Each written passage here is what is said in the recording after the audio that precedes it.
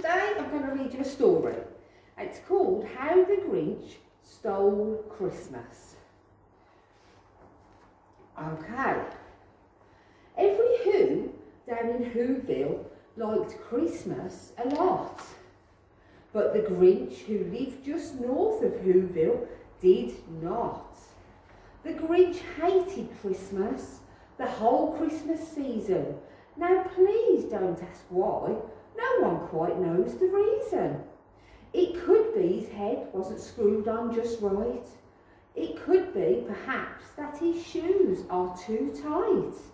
But I think that the most likely reason of all may have been that his heart was 2 sizes too small.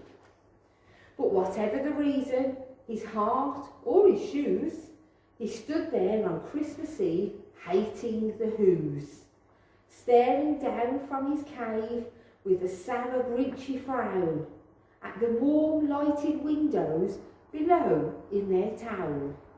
For he knew every Who down in Whoville beneath was busy now hanging a mistletoe wreath.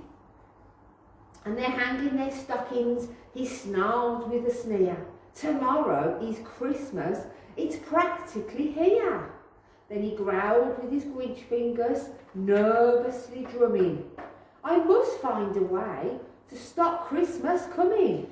For tomorrow, he knew, all the Who girls and boys would wake bright and early. They'd rush for the toys. And then, oh, the noise. Oh, the noise, noise, noise. That's one thing he hated. The noise, noise, noise. And then the Whos, young and old, would sit down to a feast. And they'd feast, and they'd feast, and they'd feast, feast, feast. They would feast on Who pudding and rare Who roast beef, which was something the Grinch couldn't stand in the least. And then they'd do something he liked least of all. Every Who down in Whoville, the tall and the small, would stand close together with Christmas bells ringing. They'd stand hand in hand and the Whos would start singing. They'd sing and they'd sing and they'd sing, sing, sing, sing.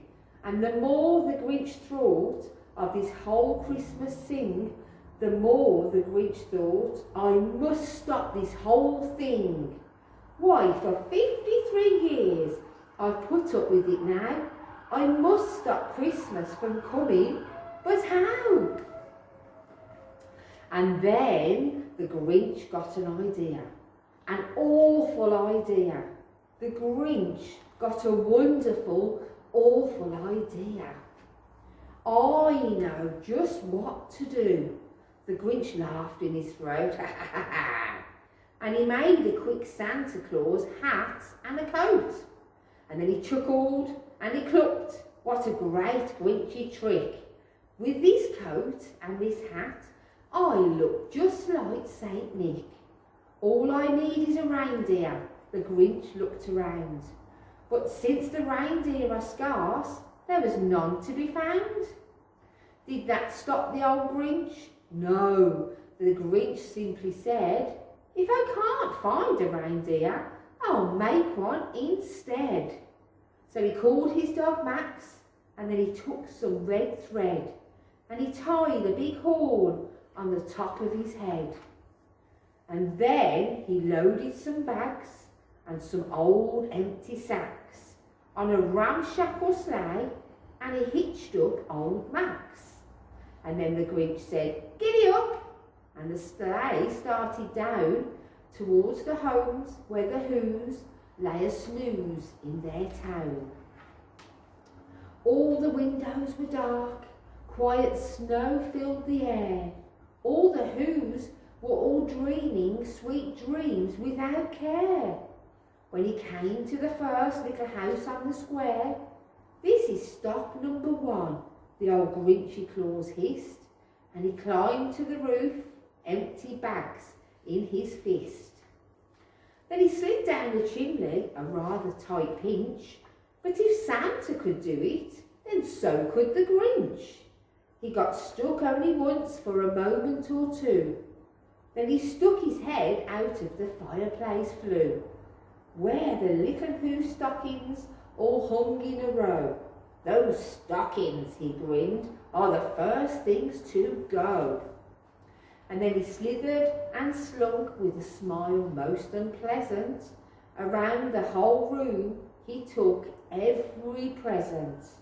Pop guns and bicycles, roller skates and drums, checkerboards, tricycles, popcorn and plums.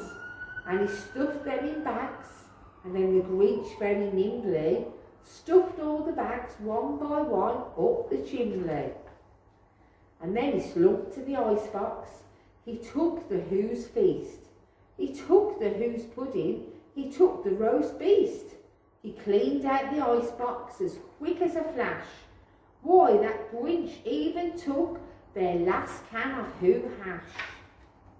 And then he stuffed all the food up the chimney with glee. And now, said the Grinch, I will stuff up the tree.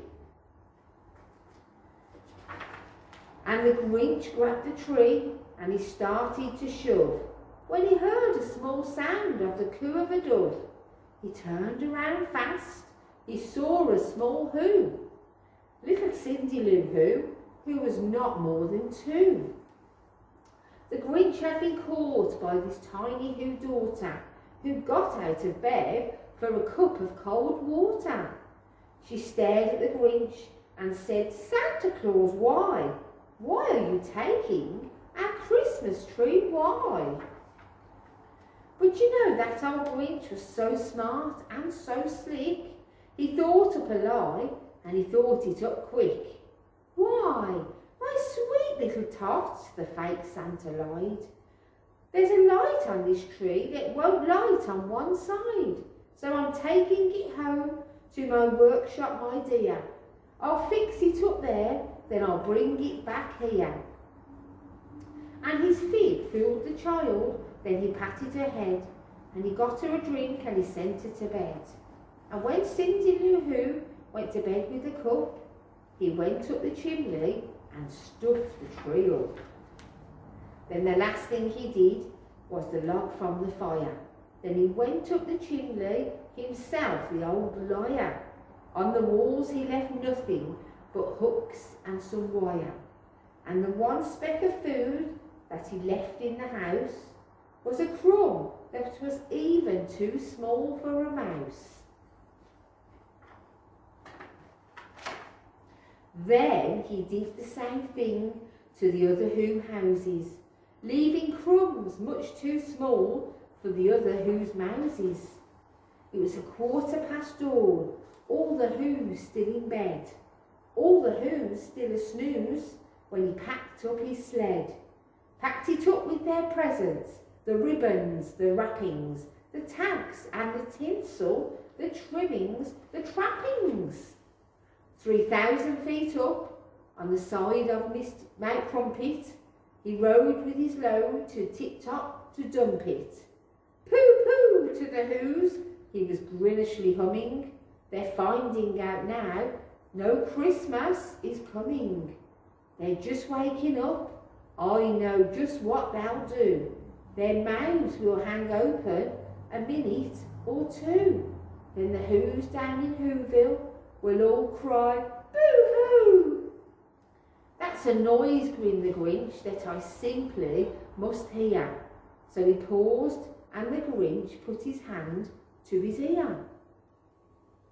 And he did hear a sound rising over the snow. It started in low, and then it started to grow. But the sound wasn't sad. Why, the sound sounded merry. It couldn't be so, but it was merry very. He stared down at Whoville. The Grinch popped his eyes, and then he shook. What he saw was a shocking surprise. Every Who down in Whoville, the tall and the small, was singing without any presents at all. It hadn't stopped Christmas from coming, it came. Somehow or other, it came just the same. And the Grinch, with his Grinch feet ice cold in the snow, stood puzzling and puzzling.